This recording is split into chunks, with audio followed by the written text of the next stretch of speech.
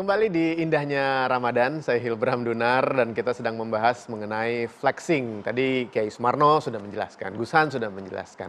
Sekarang kita ingin dengar dari Ustadz Ansari. Kira-kira kalau bicara mengenai menyombongkan dalam tanda kutip, pamer sana pamer sini, itu beneran tidak boleh sama sekali atau ada bolehnya untuk memancing supaya orang ingin ikutan sukses, Ustadz? Gimana? Ini menarik banget. Saya pengen spill beberapa ayat yang menggambarkan apa yang sedang terjadi dan kita sebut ini patologi masyarakat. Dan bukan cuma di era modern, sejak dulu. Al-Quran misalnya bilang, wabtaghi fima ataqallah daral akhirah wala tansa nasibaka minad dunya.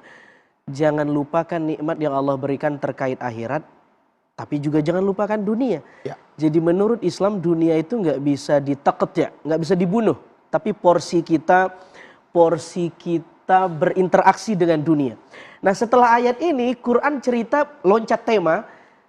Al-Quran cerita tentang Qarun. Qarun ini orang yang pertama flexing harta. Ya. Fakharaja ala qaumihi fi zinati. Satu ketika Qarun keluar dari singgasananya, dia flexing hartanya berikut dengan kaumnya. Diarak tuh. Orang-orang yang melihat flexing ini, si Qarun memflexingkan harta, dia bilang, wah enak banget ya jadi Qarun. Tapi orang-orang yang diberi ilmu, dalam Al-Qasas diceritakan 77, 78, 79. Waduh, celaka nih jadi Qarun nih. Dia cuma mengumpulkan harta tapi dia lupa esensi hidup. Nah ini pelajarannya menarik bahwa tradisi flexing ini bukan tradisi baru. Hanya ini bergejolak karena kita masuk media baru. Yang mana orang narsisme. Butuh di like, butuh diakui, butuh disukai. Sehingga orang mencari apapun caranya supaya dia mendapatkan itu tadi. Kehausan dipuji dan lain-lain. Padahal dalam Islam kita punya harta dan kita tasarrufkan, kita gunakan sewajarnya, nggak ada masalah. Tetapi dalam Islam bukan hanya soal boleh tidak boleh, layak tidak layak, pantas tidak pantas. Kan harta dia, suka-suka hati dia dong. Tapi pantas atau nggak pantas. Di sini Al-Ghazali punya diksi at-tana'um fil mubah. Jangan euforia dengan sesuatu yang boleh. Nah puasa ngajarin itu sama kita. Makan kan boleh, tapi euforia dengan yang halal nggak boleh. Makanya kita dilatih untuk menahan itu di waktu tertentu supaya kita terbiasa untuk tidak maruk sama yang halal, supaya kita juga terbiasa meninggalkan yang haram. Memflexing harta karena harta kita sebenarnya ya harta saya.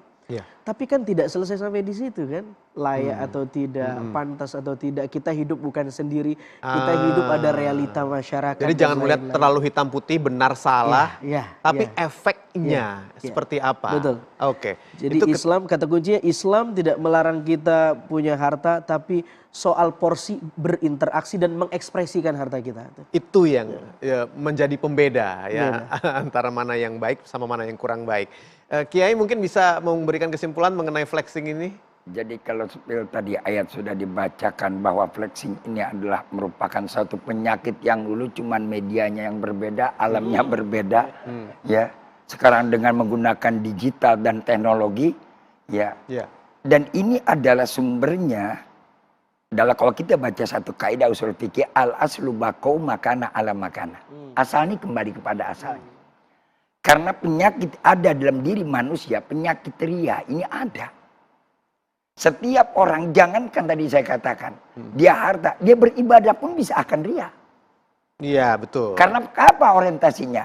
Ketika dia ingin tujuannya udah salah orientasi, bukan karena Allah, tapi karena ingin mendapatkan sanjungan. Satu, yang kedua tidak mau kalah saing. Karena hidup ini berkompetisi. Jadi dia nggak mau kalah saing, ini akibatnya seperti ini. Nah penyakit dasarnya apa? Yang pertama, satu karena ini ada penyakit dan tumbuh bisa akan berkembang. Awal dasarnya ini sudah ada dan dimasuki dengan adanya gizi-gizi yang haram. Gizi yang haram. Gizi yang haram yang dari mana? Yang dari makanan hasil haram.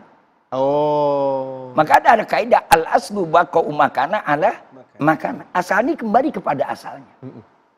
Oleh karena itu ketika kita berbuka puasa pun disuruh kita berbuka dengan makanan yang halal. Bukan dengan asal-asal makan aja. Harus betul-betul halalan thayyibah warzuqna halalan thayyibah. Kita minta rezeki yang halal yang baik. Kalau udah dengan rezeki yang halal dan baik, itu makanan melahirkan energi yang positif. Hasilnya juga jadi positif. Positif. Iya. Nah kalau begini kan energi yang negatif yang lahir. Iya. Jangan bilang barangkali ini adalah tetek bengek, itu alasan semua. Mari kita bicara penyakit dasarnya. Iya. Penyakit dasarnya introspeksi diri. Makanya Allah tegur dalam Al-Quran pun, bahkan Nabi juga memberikan peringatan. Min aina taksibu wa ailan tunfik. Dari mana kamu dapatkan tuh harta? Nah, ya, dengan cara apa kamu dapatkan tuh harta? Efeknya berbeda. Efeknya berbeda. Kita jadi masuk ke topik selanjutnya nih, ketika membicara mengenai efeknya. Salah satu yang muncul dari flexing ini adalah efeknya kemana-mana. Betul. Ya, sampai juga terjadi pada boykot pajak, ya, alias tidak mau atau menghindari bayar pajak karena katanya uang pajaknya entah lari kemana, entah digunakan oleh siapa. Jadi nggak usah bayar pajak, nanti digunakan oleh istri pejabat gitu misalnya ya. Ini menarik juga untuk kita bahas. Seperti apa? Kita lihat dulu liputan berikut ini. Poinku gini, kalau emang ternyata ada korupsi di Dirjen Pajak, boleh nggak kita nggak bayar pajak dulu sementara? Kamu kalau misalnya seruan boykot bayar pajak menggema di sejumlah platform media sosial.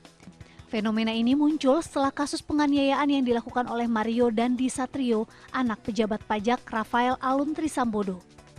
Buntut kejadian itu, kekayaan Rafael terkuak. Netizen mengajak masyarakat untuk tidak bayar pajak sebagai bentuk protes, seperti menempel dan menyebarkan stiker di kantor-kantor pajak dan tempat umum. Warganet skeptis uang pajak yang mereka setor ke negara dikorupsi. Tapi kalau itu dilakukan betul, boykot bayar pajak, efeknya luar biasa loh ke negara ini, ya. Dan tentunya kita harus memperhatikan ini dengan seksama betul, ya. Coba, Gusan, tanggapannya seperti apa? Saya kira topik kita kali ini topik jurang nih ya. Di ujung-ujung ya, Gus. Ujung-ujung nih ya. Tapi ini keren lah, artinya flexing tadi itu biasanya didapatkan hartanya di sesuatu yang tidak benar. Ya. Biasanya seperti itu. Ya. Maka dia optimalisasikan dengan cara menunjukkan sesuatu seperti halnya sampaikan Pak Kiai tadi, bahwa kalau barang dari yang tidak benar biasanya keluarnya tidak benar. Nah, berdampak kepada perilaku flexing yang tidak bijaksana ini membuat masyarakat kita menjadi jengah dengan siapa pelaku flexing itu. Apalagi sekarang yang lagi tren di Indonesia ini kan, para pelaku flexing adalah orang-orang yang selama ini menyuruh kita membayar pajak.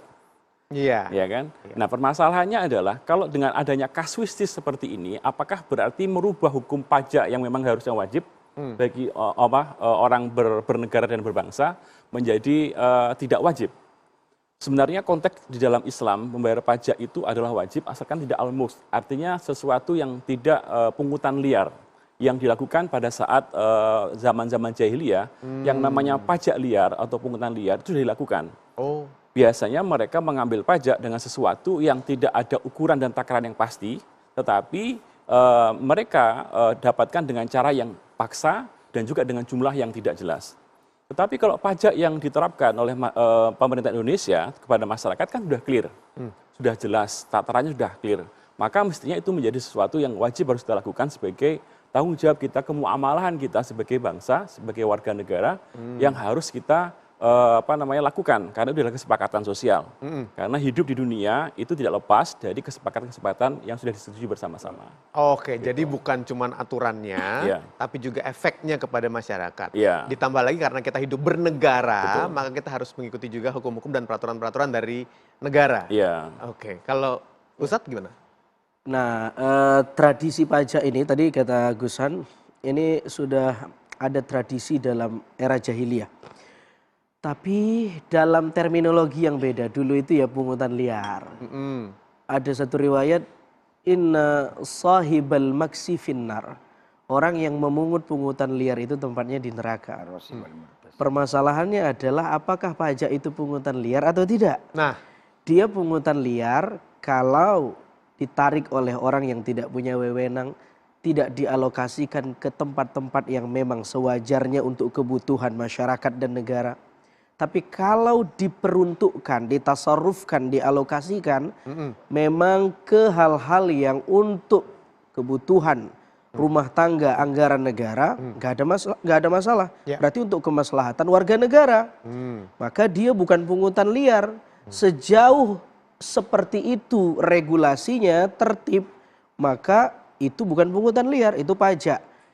Dan kita sebagai anak bangsa wajib membayar itu bukan pungutan liar, tapi iuran. Iuran.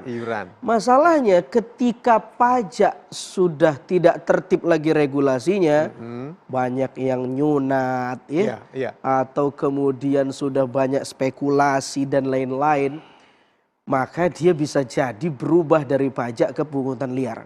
Maka kalau ada suara dari beberapa netizen untuk boikot jangan bayar pajak dan lain-lain, saya kira ini jeweran dari netizen untuk pegiat pajak, untuk pelaku pajak, dan orang yang punya otoritas di dunia itu supaya berbenah, memperbaiki dapurnya. Dan sejauh ini kalau dapurnya bagus, asapnya nggak kemana-mana, netizen kan nggak ngomel. Ya betul.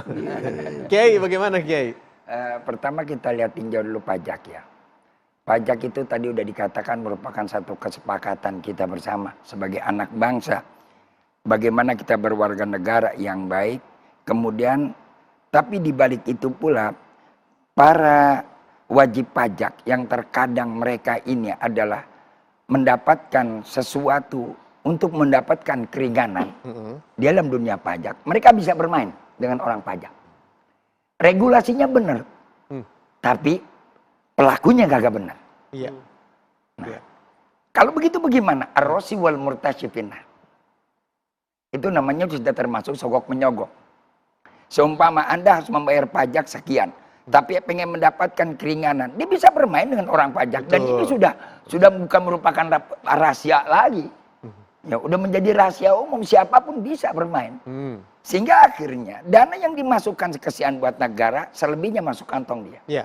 Ingat, saya peringatkan kepada warga negara yang wajib bayar pajak, apabila dengan cara-cara yang semacam ini Anda ingin menghindari, tapi Anda membuka peluang untuk terjadi adanya ar-rosi wal murtasi, kedua-duanya mendapat dosa.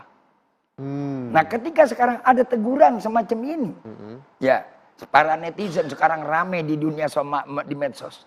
Lalu apakah baik yang semacam ini? Saya katakan sekali lagi, walaupun tujuan dia baik, tapi jangan sampai nanti mengotori langkah yang baik. Bisa dikatakan provokator. Negara kita masih butuh dana.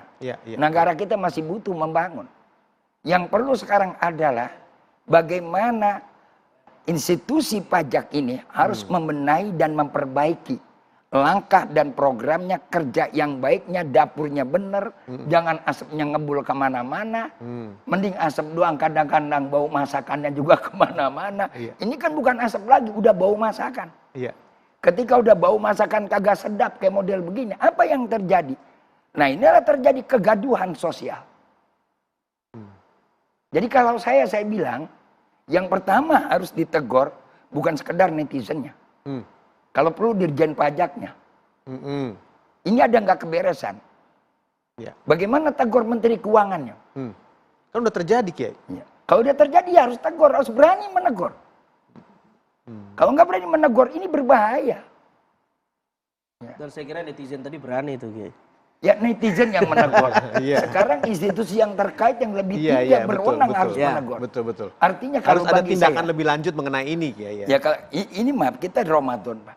Semuanya adalah tujuan kita li islahil mujtama, untuk perbaikan masyarakat. Betul. Man ra'a minkum munkar falyughayyir bi yadihi fa illam yastati fa bi lisani fa illam yastati fa bi qalbi. Kalau dia mampu untuk bisa merubah selalu bentuk kemunkaran dengan kekuasaannya, tegur. Apa yang harus ditunjukkan oleh para mereka yang punya penguasa, yang jadi penguasa, yang punya tangan. Kemudian bagi kita, tegur dengan lisan. Peringatkan. Jangan sampai terjadi seperti ini. Ketika terjadi seperti ini, Masya Allah, rugi uang rakyat di kemana-mana. Akhirnya dampak malah menjadi pameran yang tidak baik. Tapi kalau tidak bayar pajak juga bahaya untuk negara. Nah, itulah akhirnya kan seperti ini. Iya. Timbul ada provokasi. Tidak mungkin ada asap kalau nggak ada api. Nah, ini kan asap liar turun. Iya. Ya kan? Sumbernya ini karena ada apinya. Iya. Jadi yang kita benahi apanya? Apinya dulu dong. Oke. Kita tahan dulu sebentar ya. Semakin ramai juga dan juga mungkin Anda sebenarnya juga punya pendapat sendiri. Lalu bagaimana dari guru-guru kita ini melanjutkan pendapatnya? Segera kami akan kembali sesaat lagi.